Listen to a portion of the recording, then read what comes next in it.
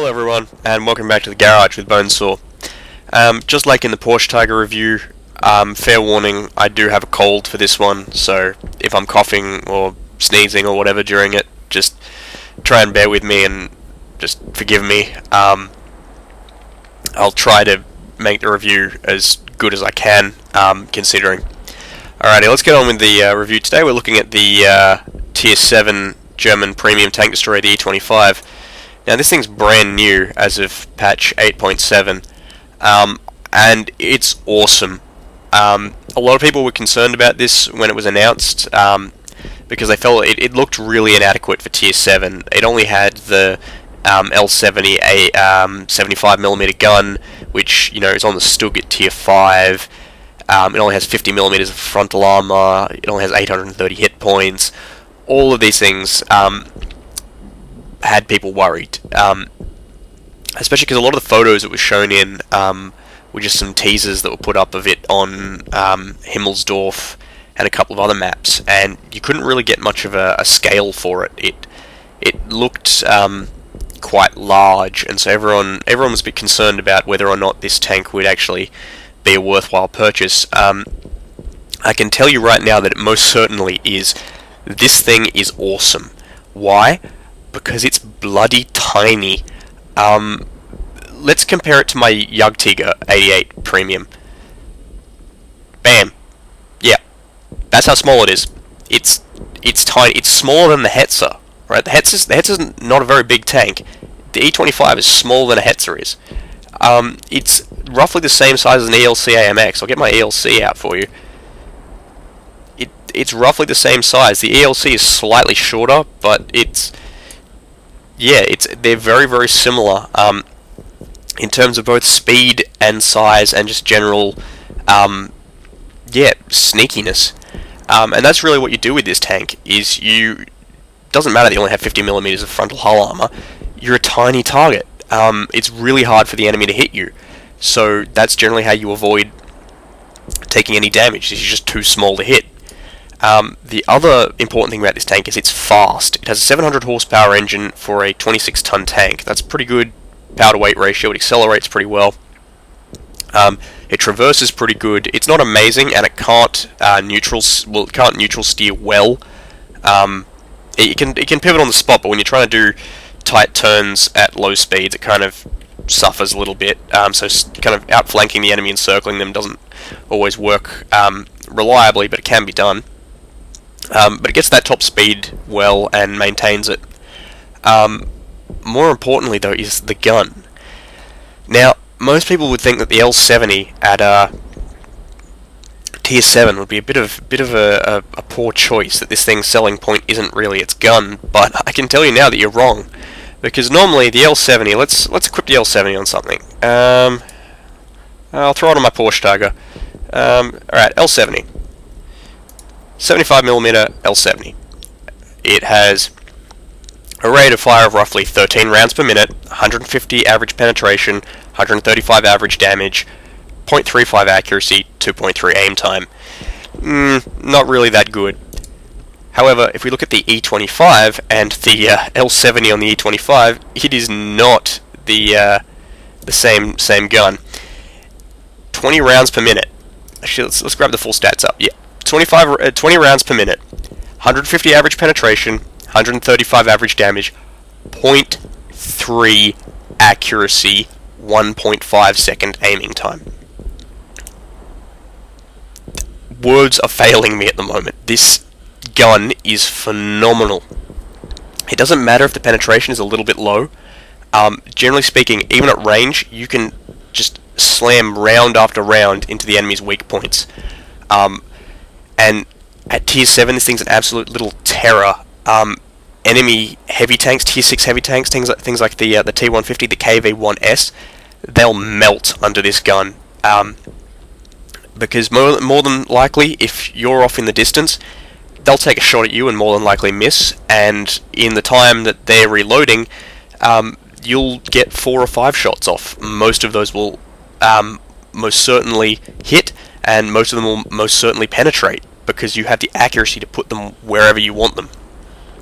Um, Even at Tier 7 and Tier 8, this thing can still be quite viable, because even though the penetration is comparatively low, you have the accuracy to target weak points very effectively, even at a distance.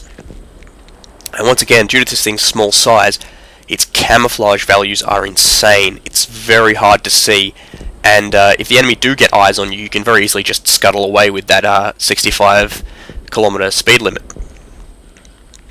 This tank's also very low, which can lead to some... there are some benefits and some issues to that.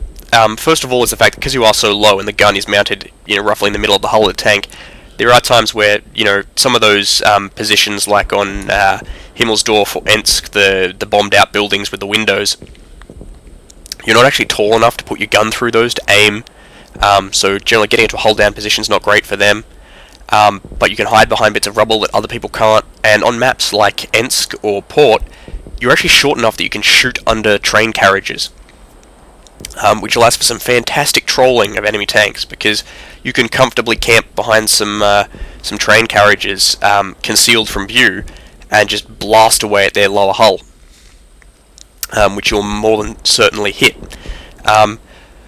Towards Tier 8, this thing can struggle a little bit, simply because you will start facing things like King Tigers, IS-3s, that you may struggle to penetrate, but once again, because of this low height, you really can target those low weak points, like the lower glasses, things like that. And it's actually rather entertaining fighting an IS-3 in one of these things, because you can get some rather reliable shots into the lower plate of that pike nose on the front of the IS-3. The only consideration is that you mustn't get hit in return. Pardon for that.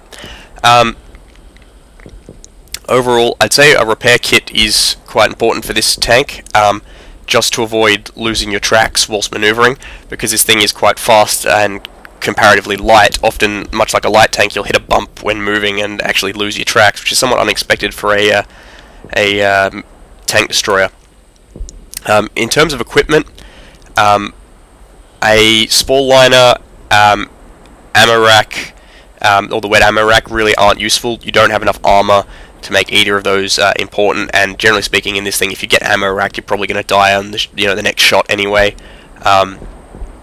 So those are things that aren't really too much of a problem, and generally speaking, you can use a repair kit to fix the ammo rack. Improved ventilation, it's always a viable choice on a tank like this to increase all of your crew skills. Camouflage net is a very good choice on this thing. You put a camouflage net on this thing, find a nice place behind a bush to hide, and you become the ghost who walks. You become the bloody phantom. You'll be virtually invisible to most enemies until they get really, really close. Meaning you can just absolutely mess with them, troll the hell out of them, and just take enemies apart. Gun rammer, not really necessary on this gun. It won't really increase much in rate of fire compared to, say, a much slower firing gun. You only have a 360 meter view range, so binocular telescope is a viable choice if you want to play the long range game, which is certainly a viable choice with your very accurate gun. Coated optics, another good choice if you want to have a more mobile playstyle. This will allow you to spot enemies whilst you're manoeuvring from position to position. Once again, gun laying drive, like the gun rammer, isn't really 100% necessary, as you do aim pretty well. CO2 and toolbox are kind of like the spall liner. You don't really need them, because generally speaking, if you've taken critical damage, you've probably taken enough damage that you're going to die pretty quickly anyway. And the enhanced bevel washers, that one could be useful to help you avoid losing your tracks, but generally speaking, you don't need the load capacity, and a repair kit can help you get your tracks back up anyway. Overall, this tank is a very, very effective piece of machinery. It moves very quickly, and once you adapt to its playstyle, you can have tremendous amounts of fun in it. It costs only about, I think, 6,700 gold. It's very, very, very worthwhile purchase. Fantastic for training up mid-tier tank destroyers in the German line with the only 4 crew members, and even just for the sheer entertainment of playing this tank, it's a very good choice. And most certainly, highly effective, as you'll see in the replay footage. So here we are on steps in an encounter battle with the German Tier 7 tank destroyer, the E-25. Now, there are some pros and cons to playing this tank in an encounter battle. You don't really have the armor to be in the initial pushes against the enemy advances. You won't really survive a lot of concentrated fire, and as you can see, I unfortunately bounce off of a KV-13 right there. However, you do have speed on your side, which will allow you to redeploy very effectively to meet the very changeable conditions in an encounter battle. And furthermore, the enemy will be coming from a predictable position, so you can set up to try and anticipate their advance. Unfortunately, I don't really have any shots into the valley at the moment. I'll try and get a shot on this BDR G1B, but it'll drop low and hit the hill. Generally speaking, I don't want to put myself in the direct path of enemy fire, as with 50mm of frontal armor I won't survive for very long faced off against that, so I need to try and use concealment to my best advantage. Alright, I moved to counter that T-49 there, but my team destroyed him very quickly, so I'm just going to move to the center field to try and get some more outflanking shots on the enemies in the valley, on the one line, and also to cover some of the rocky outcrops along the field.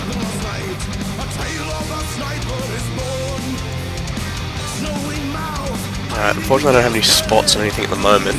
Oh, we've got sight on a T-34, but our ELC takes him out in an impressive drive-by. I don't really have sight on that AT either. Alright, Su-100. So my first shot will do a suitable amount of damage to him. Second shot will unfortunately bounce, and my third one will take his gun. But unfortunately he's retreated beyond the hill, and I don't have a shot on that AT-8. Alright, at the moment we have a comfortable 4-2 lead. That's about to extend to a 5-2 lead, but much like in any encounter battle, things are very changeable, and it pays to not get too confident. We've just started capping with 2 of our heavy tanks, which is good because that'll hopefully draw out some of the enemies who remain. We already see we've got 1 light tank and a heavy tank countering our cap push, but hopefully they're swiftly dealt with. Now I still don't have any shots on any of those medium tanks over on the left flank at the moment. However, I do know that there is a KV-13 and a Type 58 lurking out there amongst those rocky outcrops, so I don't want to move yet. I'm pretty sure I can still make myself useful. Our cap push is faltering a little bit, just because they are a little bit scattered. Alright, now I've got some shots at this Type 58. First one goes high. Second one will go right in the side of his turret for a low damage roll, but still decent hit. Second shot will do more damage, and he'll retreat behind that rocky outcrop, and that's about most of what I can do for him for the moment. The enemy KV-13's burning, so he'll be destroyed quite soon, and I don't have a shot on him either. The enemy have pushed onto the cap and destroyed our heavy tanks that were on there, so it's at this point in time I decided that we really need to move. Try and put a shot to this ELC, but I don't think I'll hit him at this range without a decent view. So instead I'll use the speed of this tank to get around and help clear off the cap.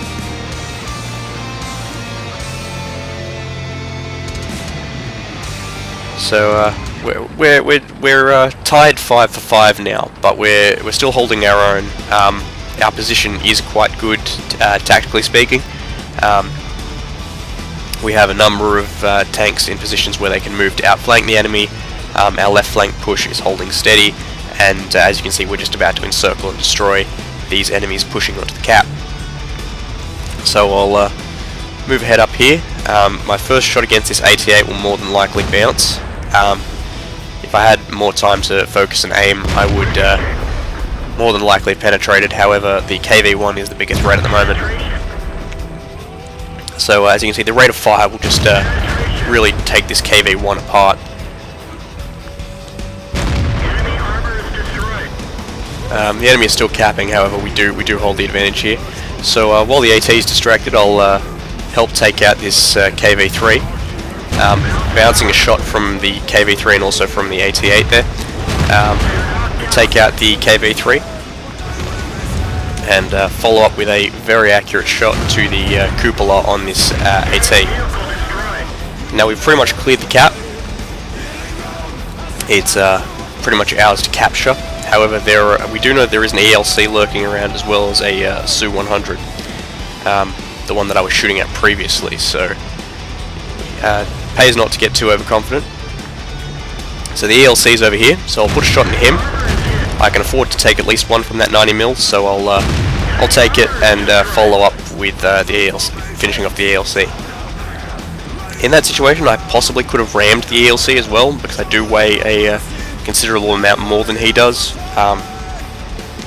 However, I did not want to risk losing my track, especially if artillery could have been aware of my position.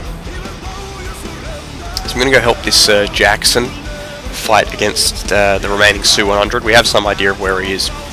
He should be around the cap in these rocky outcrops. So he shoots at Jackson and takes his track off.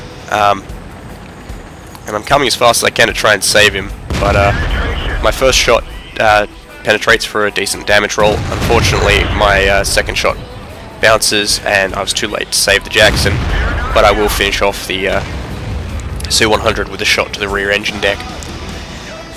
And that's pretty much the game won for us. All that's remaining is the artillery, and he's just been taken out by the Jagdtiger.